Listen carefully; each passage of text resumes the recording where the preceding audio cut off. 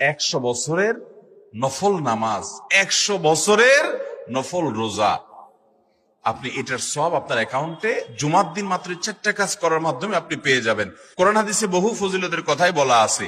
এত বিপুল পরিমাণে, এত অধিক পরিমাণে সওয়াবের কথা যে কারো বাসা থেকে অনেকের আছে যেতে 500 স্টেপ পড়বে। 500 স্টেপ পড়লে কতটুকু হয়? সামান্য একটু জায়গা যেতে 500 কদম হয়ে যায়। অনেকের বাসা থেকে যেতে 500 কদম পড়ে 300 কদম হয়।